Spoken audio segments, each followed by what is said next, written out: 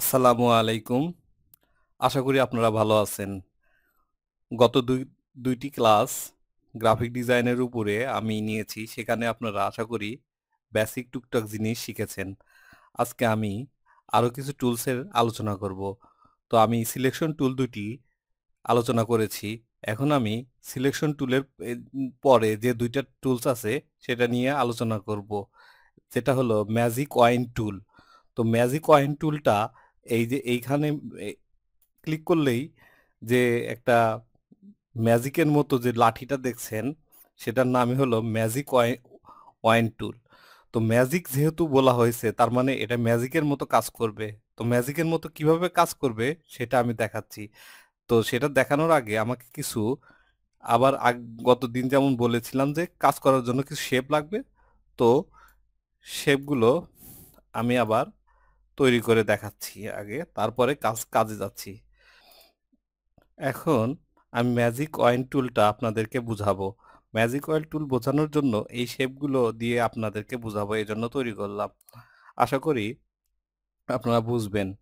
এই টুলটা প্রথমে আমি সিলেক্ট করলাম।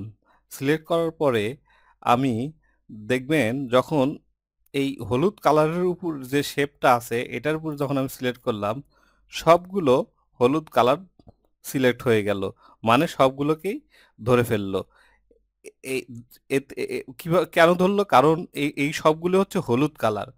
তো আপনি যখন এই ক্যানভাসের একটা কালার যদি মানে একই রঙের কালারের একটার উপরে চাপলে ওই কালারের সবগুলো অবজেক্ট বা সবগুলো শেপকেই ধরে। আর এই শেপকে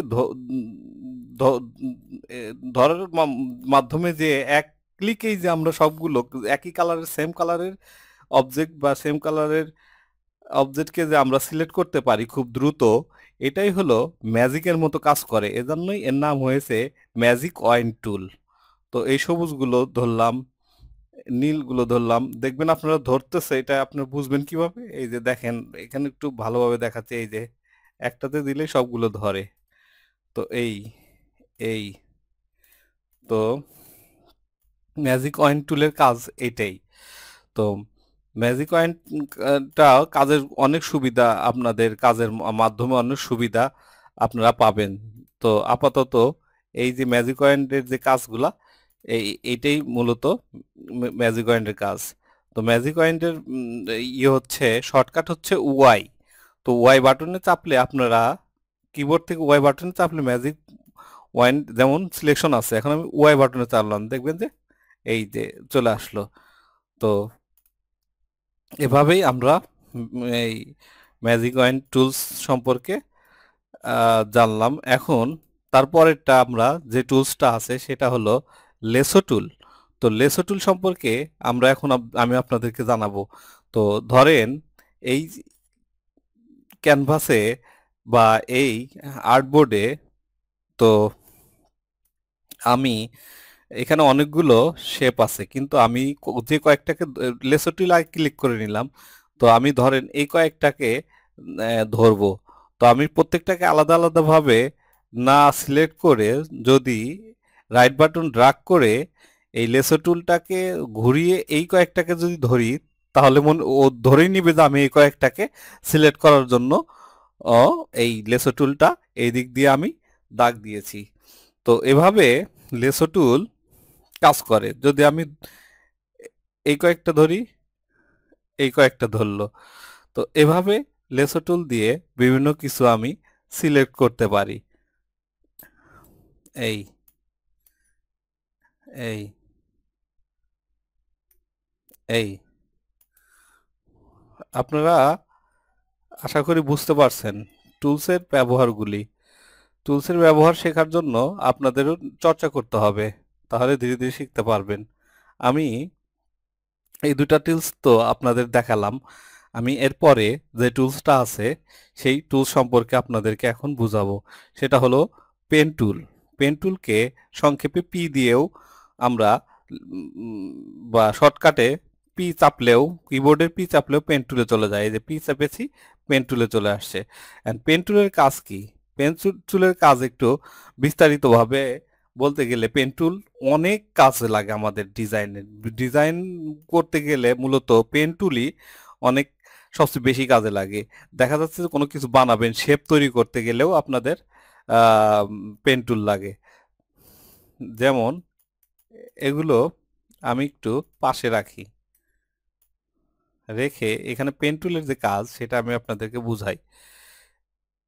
এইটার পেন টুল সিলেক্ট করলাম, সিলেক্ট করার পরে যে কোনো জায়গায় এখানে রাইট বাটন একটা ক্লিক করলাম, করে দেখবেন কি যে এখানে পেনের মতো এই টুলটা কাজ করে।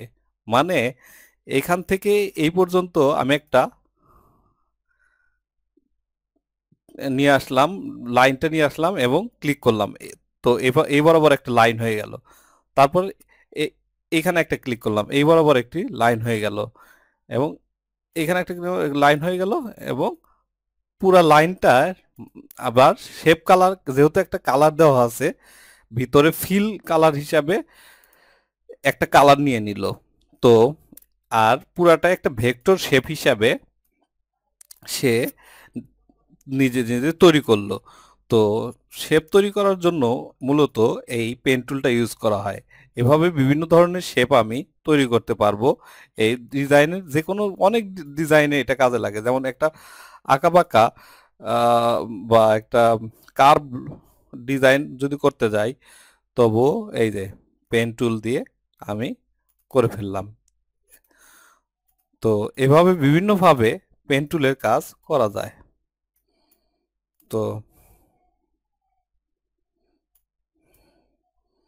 পেন টুলের কাজ করার জন্য প্রথমে যেটা করতে হবে, এই যে একটা কার্ভ লাইন নিলাম, এখন কার্ভ লাইনটা কিভাবে নিলাম, একটা আমি ক্লিক করলাম, ক্লিক করার পরে আমি এই যে কোন একটু দূরে আরেকটা ক্লিক করে রাইট বাটন ক্লিক করলাম, ক্লিক করে রাইট বাটন ক্লিক করে মাউসের ড্রাগ করে নিচের দিকে নামালাম।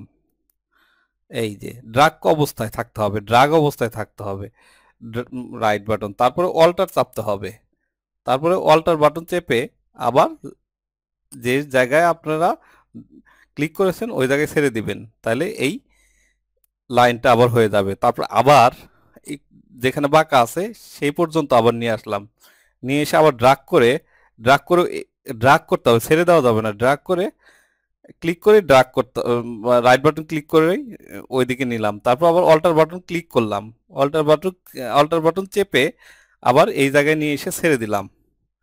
এখন আবার এইখানে এইভাবে আবার অল্টার বাটন ক্লিক করে এইখানে নিয়ে এসে ছেড়ে দিলাম। তো হয়ে গেল এই লাইনটা। তো এই এটার আমি অন্য একটা কালার দিলাম, ধরেন রেড দিয়ে দিলাম। তো এভাবে বিভিন্ন ধরনের শেপ তৈরি করা, এগুলো আমি দূরে রাখলাম। একটা শেপ তৈরি করব আমি, একটা আর একটা শেপ তৈরি করব, শেপ তৈরি করলাম। তো পেন টুলের কাজ, পেন টুলের মধ্যে আপনারা দেখতে পাবেন এর, এটা চেপে ধরলে দেখতে পাবেন আরো কয়েকটি টুলস আছে। তো ওই টুলসগুলোর কাজও আমরা জানবো এখন। তো এর ভিতরে আরেকটা যে টুলস আছে, অ্যাড অ্যাঙ্কর পয়েন্ট টুল। মানে এই যে ধরেন একটা আমি এই যে একটা শেপ, এই শেপটাকেই একটা অ্যাড করব যে কোনো জায়গায়, আরেকটা আমি এই যে যেমন 1 2 3 4 অ্যাঙ্কর পয়েন্ট 4টা হয়েছে, অ্যাঙ্কর পয়েন্টকে আমি আরেকটা বাড়ানোর জন্য অ্যাড অ্যাঙ্কর পয়েন্ট টুলে ক্লিক করব, ক্লিক করে আমি যদি এইখানে একটা অ্যাঙ্কর পয়েন্ট বানাইতে চাই, তবে এইটাতে একটা ক্লিক করব, ক্লিক করার পরে দেখবেন একটা অ্যাঙ্কর পয়েন্ট হয়ে গেছে। এই যে ডিরেকশন টুল দিয়ে আমি দেখানোর জন্য আপনাদেরকে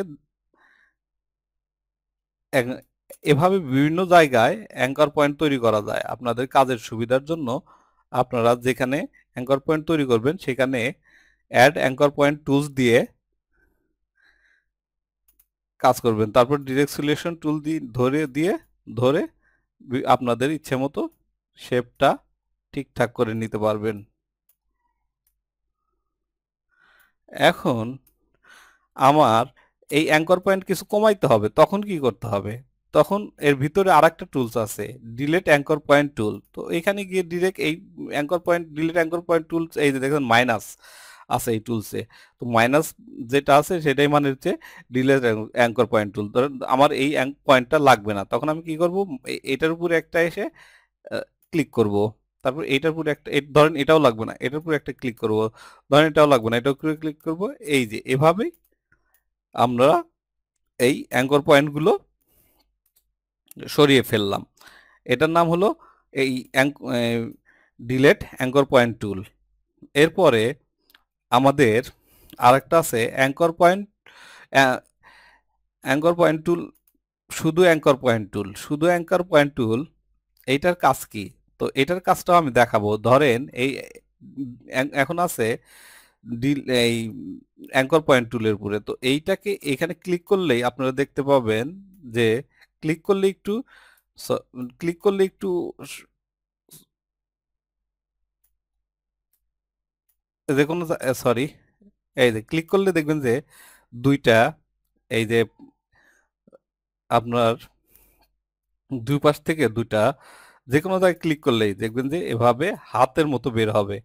তার মানে কোন দিকে আপনার রাউন্ড করতে চান, মূলত এটা রাউন্ড করার কাজে ব্যবহার করা হয়। এই যে রাউন্ড করার কাজে বা ঠিকঠাক করার কাজে, এই পয়েন্টগুলো ঠিকঠাক করার কাজে এটা ব্যবহার করা হয়। তো আপনারা এটা ব্যবহার করতে পারবেন। বিভিন্ন ধরেন ভুল হয়ে যায় কখনো, এই আহ, এই পয়েন্টটাকে একটু এভাবে এভাবে যেদিকে নেবেন সেই দিকে আপনারা কাজ করতে পারবেন। তো এটা ঠিকঠাক করার জন্য এই এইটা ব্যবহার করা হয়। দেখছেন আমি কোন শেপটাকে পুরো রাউন্ডের মতো একটা আকৃতি দিতে পারলাম এই অ্যাঙ্কর পয়েন্ট টুলের মাধ্যমে।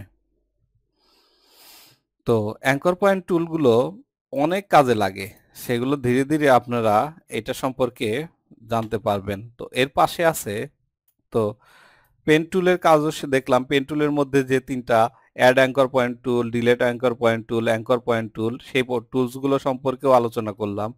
এর পাশে আর একটা টুল আছে, কার্ভেটার টুল, মানে কোনো কিছুকে কার্ভ করার জন্য কার্ভেটার টুলটা প্রয়োজন হয়। যেমন আমি একটা, এই শেপটা আছে, একে কার্ভ করার জন্য আমি, সরি, দেখাচ্ছি আমি। কার্ভ, কার্ভ টুল মানে কার্ভেটার টুল মানে কার্ভ শেপ নেওয়ার জন্য আপনাদের এই টুলটা খুবই উপকারী টুলস। এই যে অটোমেটিকলি কার্ভের মতো হয়ে যায় অটোমেটিকলি। এখানে ক্লিক করলাম, এইখানে ক্লিক করলাম, যে কোনো জায়গায় ক্লিক করলেই বুঝতে পারবেন এটা কিভাবে কাজ করে। এই যে অটোমেটিকলি সে কার্ভ নিয়ে নেয় যে কোনো জায়গা থেকে। এই যে এটা হলো কার্ভেটার টুল। তো এটাও খুব দরকারি টুল, বিভিন্ন কাজে লাগে। তো এগুলো আপনাদেরকে শিখতে হবে। তো আমি তাহলে আজকের যে বিষয়গুলো শিখালাম সেটা হলো ম্যাজিক কয়েন টুল, তারপরে হলো লেসো টুল। ম্যাজিক কয়েন টুলের কাজ হলো বিভিন্ন শেপকে, ম্যাজিক কয়েন টুলের কাজ হলো একই রঙের যতগুলো শেপ আছে সেগুলোকে ধরে ফেলা। এটা আপনাদেরকে বুঝালাম। তারপর লেসো টুলের কাজও বিভিন্ন, লেসো টুলের কাজ হলো আমি যে কয়েকটাকে সিলেক্ট করব সবগুলোকে ধরে ফেলবে এভাবে। তো এটাও গেল। তারপরে হলো পেন টুল। পেন টুলের কাজ হলো শেপ তৈরিতে কাজে লাগে। শেপ বিভিন্নভাবে শেপ তৈরি করা যায়, এটা পেনের মতো কাজ করা যায়, তাই এর নাম কি পেন টুল দেওয়া হয়েছে। কার্ভেটার টুল হচ্ছে কোনো শেপকে কার্ভ তৈরি করার জন্য এই টুল দিয়ে পাত করা হয় মূলত, তাই একে কার্ভেটার টুল বলা হয়। তো আপনাদেরকে আমি এই মোটামুটি 4টা টুল সম্পর্কে আজকে বললাম। তো আপনারা এই 4টা টুলস আমার যে ভিডিওগুলা আছে সবগুলোতে আমি খুব সহজ করে বোঝানোর চেষ্টা করি। যারা নতুন তাদের জন্য খুবই উপকারী হবে আশা করি। তো ভিডিওতে আপনারা কি শিখতে পারলেন, কেমন লাগলো এবং আর কিভাবে আপনাদেরকে শেখানো যায় সে সম্পর্কে আমাকে কমেন্টস করতে পারবেন। আমি আশা করি সেগুলো সমাধান করার চেষ্টা করব। তো আজকের মতো আমি আমার ক্লাসটা এইখানেই শেষ করতেছি। সবাইকে আমার ক্লাস দেখার জন্য অনেক ধন্যবাদ। আসসালামু আলাইকুম।